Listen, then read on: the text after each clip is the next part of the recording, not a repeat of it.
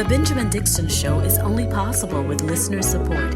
Go to www.thebenjamindixonshow.com to register for our blog and join the Progressive Army.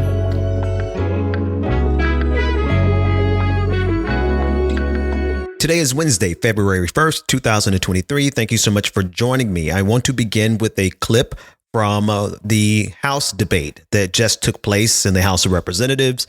This is a clip of Massachusetts Representative Jim McGovern, Democrat, who laid waste, in my opinion, to the anti-socialism resolution that the Republicans, the House GOP, was trying to pass.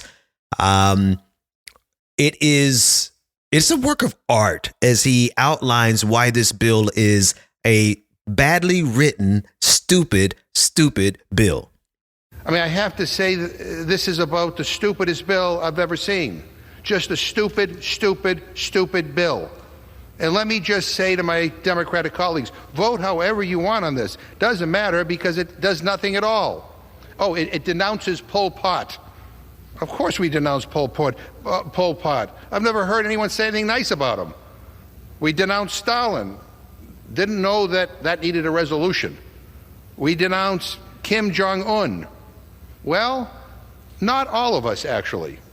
Because, in fact, if I remember correctly, it was the leader of the Republican Party, Donald Trump, who said he fell in love with him, who talked about how talented he was, who called him a great leader, who bragged about their chemistry. Did any of my Republican colleagues speak up when a brutal tyrant named in this resolution was applauded on the world stage by the President of the United States? Did they denounce that? No, they didn't. This is just the tip of the iceberg of how he systematically went through and eviscerated this anti-socialism resolution. But no, the Republican Party didn't say anything when Donald Trump was, all googly eyes with Kim Jong-un. They are hypocrites. Hypocrisy, rather, is the point.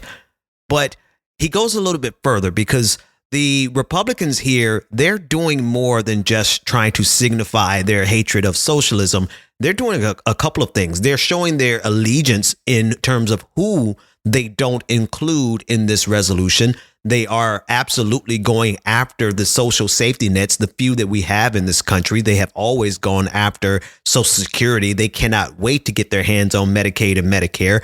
Any pot of money that is gathered together by the government through taxation, the Republican Party absolutely wants to turn that over to the rich. And Jim McGovern called it out as much. In a later clip, he's going to give a Bernie Sanders style talking point, which is they have no problem with socialism for the rich, right? They just have a problem with giving anything to the poor. And actually, I'm Randy Rhodes, who is a broadcaster. I heard her say it maybe 15 years ago. I heard her say this, and it's something that Dr. King actually said. It is absolutely true about conservatism in this country that they are okay with telling us to pull ourselves up by the bootstrap while giving out all of our wealth to the rich. Listen in more. You know what's interesting, Mr. Speaker? One name I noticed was missing from this list: Vladimir Putin. Like, what's up with that? I mean, we condemn Lenin and Stalin, but not Putin? Is that like a Trump thing? Did he put in a call? Seriously, why is Putin left out? Because, Vladimir Putin is the hero of the modern Republican Party. Now, we can cut to the nuance of it and clearly identify that there's nothing socialist about Vladimir Putin. He is a Russian oligarch. He is a capitalist and an imperialist. So technically speaking, the Republican Party wouldn't list him on a list of people they accuse of being socialist. But that's if the Republicans were actually being have intellectual integrity. They are neither intellectual nor do they have integrity, right? So the real reason they don't have Vladimir Putin on that list is because they are loyal to him and they are willing to betray this country on behalf of Vladimir Putin because they do see him as a world leader that they can run to and hide behind and ally with. all because, well, they don't like pronouns, or because they can't win an election fair and square. They cannot compete in this it's not a meritocracy even, but the fact that we are leaning towards a more meritocratic system, the Republicans are losing their minds. White supremacy was never supreme in that it could never compete on an equal playing field. And because of that, they are promising their fealty, their loyalty to Vladimir Putin. We have treasonous insurrectionists in the Congress. And so, of course, they're not going to include Vladimir Putin when they see him as the replacement for the United States of America. Here's more. And by the way, this isn't just a stupid bill. It's a badly written stupid bill. It lays out all of these awful people and then says we're, quote, rejecting the implementation of socialist policies in the United States of America. And nobody, not a single person so far, has been willing to clarify for me what exactly that means. What the hell are they talking about? Are we talking about public schools here? Fire departments? Roads? What about Medicare and Social Security? Republicans have called Medicare and Social Security socialist programs for years. So we would just like a little clarification here. And we got none last night in the Rules Committee. None. Well, that's because they cannot give you clarification without revealing their true intentions, which Jim McGovern actually exposed. And it's not a hidden secret. The Republican Party wants to end Social Security and Medicare. They absolutely do not want a single dime from the American people going back to the American people. They want it going to the rich oligarchs. They want it going to corporations or religious institutions. See what's happening all across the country with the privatization of schools, right?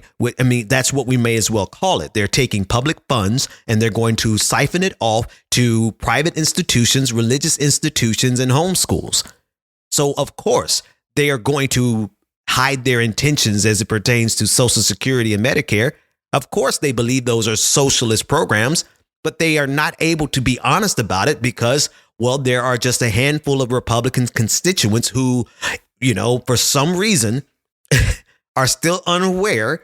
There's just a handful. Most Republicans, they understand that they have turned over all of their economic success, all of their economic well-being to the mercies of the Republican Party in exchange for white supremacy. I mean, these people absolutely will go to the depths of poverty in their commitment to racism. So most Republicans know that, but there may be a handful of Republicans, there might be one or two, who are still unaware of the fact that their Social Security benefits that they survive on will be taken away if the Republican Party has their way. So, of course, they can't be honest about that. Jim McGovern really took them to task. Listen into more. So this is a stupid resolution that was written poorly to begin with. And again, I would say to my colleagues that we gave you an opportunity to expand the list to include the National Socialist German Workers' Party, which are the Nazis, who were responsible for the killing of 6 million Jews, and everybody voted no on the Republican side. I just can't get my head around why that was such a controversial addition. Well, it's for the same reason that Ron DeSantis in the state of Florida refuses to condemn the Nazis who come to his rallies and stand outside of his rallies with swastika flags, right? He can't condemn them because they are his constituents. They can't condemn Nazism because, well, they are at the very least, they are fascist and Nazi adjacent, and that is being nice. Right. If I wanted to be full blown hyperbolic, I would just call them out straight out Nazis. I mean, Marjorie Taylor Greene did get in front of a city council before she became a congresswoman and defended the Hitler statues. I mean, so I don't think it's a far gone stretch to say that they are actual Nazis. They're definitely full blown white supremacists, but they cannot afford to lose the Nazi constituency. They can't. So they will never condemn them because, as Donald Trump said of the Charlottesville rioters, the Jews would not replace us. What was it? The Unite the Right rally, right? That killed Heather Heyer. He could not condemn them. He said they're fine people on both sides. So, yeah, no, they would never condemn Nazism because they need their votes. You know, when I go home, people are not bringing up Stalin and Lenin and Pol Pot all the time. They are bringing up Putin, and they are concerned about what he's doing in Ukraine. And maybe the reason why Putin is not on this list is because the other side of the aisle is divided in their support to help protect the sovereignty of the Ukrainian people. And maybe that's what we're going to see coming down the road in terms of budget cuts. I also want to... You absolutely are going to see that. Marjorie Taylor Greene and Lauren Boebert are leading the way on that. These people have a commitment to Vladimir Putin that we don't quite fully understand yet. They do believe that there's a new world order that is coming that is going to be headed up by the likes of Vladimir Putin, Viktor Orban, right? Any of these pan-reactionary globalists who, it's funny how they describe everyone else as a globalist, but these people have the full intention of creating a new global order that is rooted in white male Christian supremacy, and they see Vladimir Putin at the top of it. A little bit more. And I can assure you, I don't care what part of the country you come from, people aren't sitting around the table talking about Pol Pot. But anyway, that's what my Republican friends think is a national priority. You know, I mean, we're talking about socialism in this resolution, but we're not talking about a definition or what it is. Are we talking about public schools? Are we talking about roads? Are we talking about Social Security? I mean, give me a break. We've been hearing this stuff for decades and decades. Republicans saying Democrats want socialism. And it's always some big scary takeover that's just over the horizon that everyone needs to be afraid of. When you don't have any good issues on your side and fear is all you have, that's what you run with, I guess. Bingo. And that's the Republican playbook. You know what's funny is that the same Republicans who decry anything that government does as socialism never seem to have a problem when it comes to huge handouts for billionaire corporations. He's preaching now. They want socialism for the rich, but capitalism for the poor. Oh, yeah, he's preaching now. That's it. This is the MO of the Republican Party. Their supporters, whether wittingly or unwittingly, are perfectly fine with this because it satiates their racism, as I've already stated. But the Republican Party is absolutely clear in what they do. Forget about what they say. Look at what they do. They are absolutely okay with redistributing wealth to the top, taking it from the bottom, and they have a full-blown conniption if you ever ask to take money from the 1% and redistribute it down. Call me crazy, but here's what I think. This resolution is not about socialism. It is about scaring people. It is about dividing people. And quite frankly, I think, based on what happened in the Rules Committee last night, it is about setting the stage to go after the social safety net in this country, which includes Social Security and Medicare. If that wasn't the case, why in the world would my Republican friends not allow a clarifying amendment to make it clear that that was not the intent? Because it is the intent. That is the plan. And thankfully, all they have is the House of Representatives. They don't have the power in the Senate, nor do they have the White House, the ability to pass any of these resolutions or bills into law. And this is why we have to keep it that way, because if they ever got all three branches of government, again, we saw what they did in 2017 with that $2 trillion tax giveaway to the wealthiest in this country, which is making up, I believe, almost a quarter of our national debt right now. They have every intention of eviscerating our safety nets, giving every penny they can to the wealthy. And it's about time the Democrats start using this type of language. Not only is it a bad faith piece of legislation that's actually aimed at getting rid of Social Security, but it's also a stupid, poorly written bill. I mean, let's just be honest. What did you expect from the village idiots? We're not exactly dealing with the William F. Buckleys of the world or the Barry Goldwaters of the world. We're dealing with the Marjorie Taylor Greenes and the Matt Gaetz and the Lauren Boeberts of the world. Stupid is what stupid does.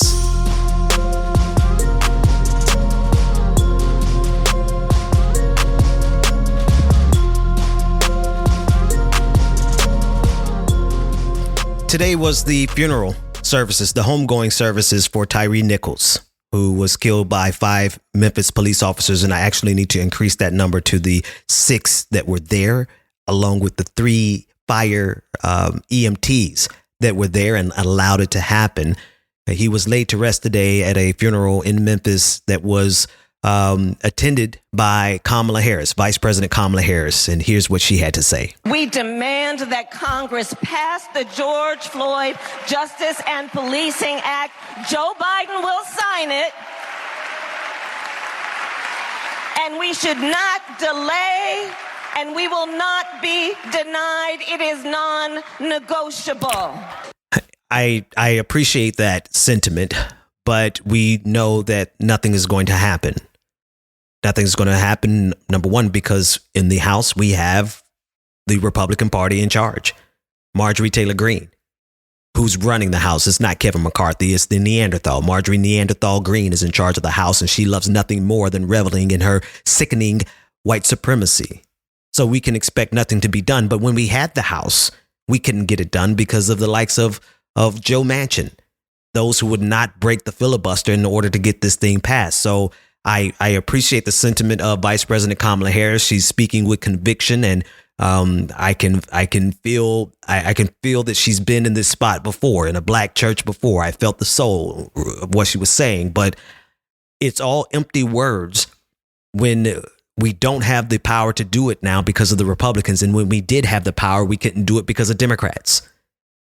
Al Sharpton was there as well. Take a listen into what he had to say. Some of us are going to fight until we make this legislation happen. I don't know when, I don't know how, but we won't stop until we hold you accountable and change the system. Again, I appreciate the sentiments and I appreciate the energy. But at a certain point, and again, I hate to do this, but when we're speaking about the George Floyd Act, we've fought so hard to get that. And what we got in return from the president of the United States was 100,000 more Gestapo on the streets that are going to be concentrated in the black community. So while I enjoyed the sermon and I enjoyed Kamala Harris's eulogy, I enjoyed the blackness of it all. I honestly know that their words really don't carry any weight. I'm sure their words gave comfort to the family, though. And I guess that's all we can ask for at this point. That's our consolation prize, our comforting words that make us cheer and make us celebrate. But I have to ask the question, when are we actually going to get something done? The other side of this is, of course, the Republicans conservatives who absolutely, under any circumstance, they want to find a way to cause us additional grief. They want to find a way to undermine our fight for justice. They want to see us and look at our fight against police brutality and reduce it down to something that they can dismiss. I'm thinking about conservative commentator Matt Walsh and Tucker Carlson, who both are taking the angle and the position of, we're not taking this particular killing seriously because it was committed by black officers, predominantly black officers. And they're using this as a way to try to undermine the collective movement for black life. Now, I don't give that a whole lot of energy because it does something to me. It reduces all of my time over the last year and a half meditating and focusing in on my inner peace, and makes me throw it out the window and want to tell Tucker Carlson where he can meet me. But at the end of the day, we have to understand the people we are fighting against. They are devils. They are malicious, evil, sadistic devils who revel in our misery. You may not like the bombosity of my language, right? You may not like the harshness of the words that I'm choosing. But when you have people who take the opportunity that causes the rest of us grief, and it gives them a certain giddy, elated joy to be able to spin this into something that they can harm us more with. I tell you the truth, You have to recognize evil when you see it. And the Tucker Carlsons, and I'm not going to even play the clips because I don't want to spark in you the tinge of rage that I felt. I've been doing pretty good. I've been nice and zen for a while, but I felt a certain rage when I saw those two pale face devils finding their way, getting their joy out of insulting those of us who are simply telling the police to stop killing us. Their joy is in saying we're not really serious about this because these guys weren't black. And you know the evidence that they're using to say that we're not serious? Because we're not protesting at the level that we protested on behalf of George Floyd. Well, there's many reasons for that. Number one, this system made sure they did everything they could to head that off by releasing statements from everybody from the dog catcher in Memphis, Tennessee, all the way to the White House. They made sure they got ahead of this in every way they could to make sure that we did not protest. But in this case, they're saying we don't care because they're black. Let me tell you something. The only color that cops are is blue. Every police officer. But I digress. The point is that these devils that we are saturated with in terms of media, we are inundated with their words and their language and their evilness. We really have to understand that that is who they are at their core. And I don't care how much they call themselves Christians. We've come to find out the truth that there's no hate quite like white Christian love. Go to www.patreon.com/The BPD Show and get twice the content and unfiltered interviews without any of the commercial interruptions. Welcome back to The Benjamin Dixon Show. Visit us online at thebenjamindixonshow.com. Welcome back. Welcome back.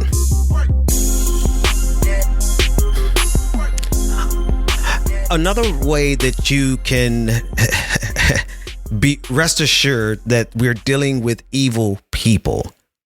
I don't usually use that word too much. I've used it sparingly over the last I don't know how many years I've been doing this, 8-9 years. I usually try to get more intellectual descriptors. But at some point, you really just have to understand that the people we're dealing with are evil. I want you to listen to Lauren Boebert as she goes after Joe Biden, who I disagree with on the pandemic. I want to put this sidebar here. I don't give Joe Biden a pass on this pandemic. I do. I don't give them any grace. The only thing I see is a nation that is so broken that our CDC and our federal government has completely given up on even trying to get America to take care of itself with regard to COVID-19. I disagree with everybody on this one, Democrats and Republicans. But listen to how for Lauren Boebert, it's not even enough to give us until May. She wants to end the federal emergency declaration now because she says, and she's using Joe Biden's words from the 60-minute interview. You guys remember the 60 Minutes interview where he said the pandemic was over and everybody called him on the carpet on it and he walked it back? No. You messed up, Joe Biden, because now you have village idiot number 2, the one who wants everybody to think she's smart, just like Marjorie Taylor Greene wants everybody to think that she's not ugly. She's working really hard on that image. She's getting hair and makeup all the time. See, we got to take the gloves off with these Neanderthals. But here she is saying that it's time to end the declaration of emergency right now. The pandemic is over. Joe Biden has said so. I don't know why he's waiting until May to do something about it, but the pandemic is over. It's time for the federal government to get back to the work. It's far past time for the policies of the federal government to reflect this reality and the policies of hardworking Americans, and for federal employees to show up and get the job done. Yeah. 541 people on average are dying a day from the pandemic. It is still the third leading cause of death in the United States. If we remain exactly the way we are right now, we will have added a new category and a new reason for people to die every single year that could have completely and totally been prevented. We have still yet to come to terms or to grips with long COVID and how debilitating it is for so many people. But they have this is the nefariousness. Let me switch my language up for those who don't particularly like the word evil. But here's the malevolence that is represented by all those who are in power. In my opinion, we are at the stage of this pandemic where you will be attacked, questioned, interrogated. Why are you wearing a mask? We're wearing masks because we want to protect ourselves and want to protect others. But we are so far gone in this nation. And it's not just America. We're so far gone across this world, this planet. We are so far gone in our commitment to capitalism that they absolutely refuse to allow us to do the things that were necessary to protect ourselves. And so here we are in year 3 of the pandemic. I remember when we started this, my kids were small. My kids are bigger now, right? I have to really re-register my mind that the kids that we started off the pandemic with are much bigger now, stronger, older. That's because we're in this thing for so long and we're going to be in it even longer. But those of us who are doing our best to avoid getting COVID-19, to avoid our children from getting COVID-19, we're the ones who are looked at as foolish and told that, asked and questioned, why are we still wearing masks? This is the upside down world that we have to live in. We are literally being forced to go out into the pandemic because the society around us refused to do anything about it. Whether it was the Republican Party who was in power at the time when it hit via Donald Trump, or now the Democratic Party who said, okay, hey, you guys don't want to you don't want to take this seriously, then fine. And now they're going to end the emergency declaration in May. But that's not good enough for Neanderthals like Marjorie Taylor Greene, or rather Lauren Boebert. They're just the wonder twins of the Neolithic age. They want to end it now. Why? For what purpose? For what purpose? The only outcome is more death. The only outcome is making it more difficult to get vaccinated, making it more difficult to get it boosted, having to pay a higher price for the vaccine. That's the only outcome. More death. They're cheering for more death. They are not only ignorant, stupid people who write poorly, bad written bills. They are malevolent devils who revel at our misery. They get joy in our pain, and they are exacerbating the deaths as a result of COVID-19, which could have totally been prevented. I just want to make sure we understand the score. We're not dealing with normal human beings. We're dealing with savages. We're dealing with barbarians at their own gates. And I know people argue with me over the word savages because of how it was used historically, but no. I need you to understand the real savages all along were these white supremacist devils who revel in our misery, who revel in how much pain they can cause, how many people they can genocide. That's the founding of this country. And it's why we cannot escape this pandemic right now, because there's a straight line from that barbarity all the way to today, because who in their right mind would celebrate thousands of people dying every single week from something that didn't even have to happen? Who, you ask? The Republican Party. And who's standing by and just throwing their hands up, said, whatever, we can't do anything about it? The CDC, the Democratic Party. None of them are wearing masks. Not a mask in sight in a House of Representatives. The pandemic is not over. No matter how much they try to tell us it is. Take care of yourself the very best way that you can. Love yourself and love your neighbor. And I'll see everybody next time.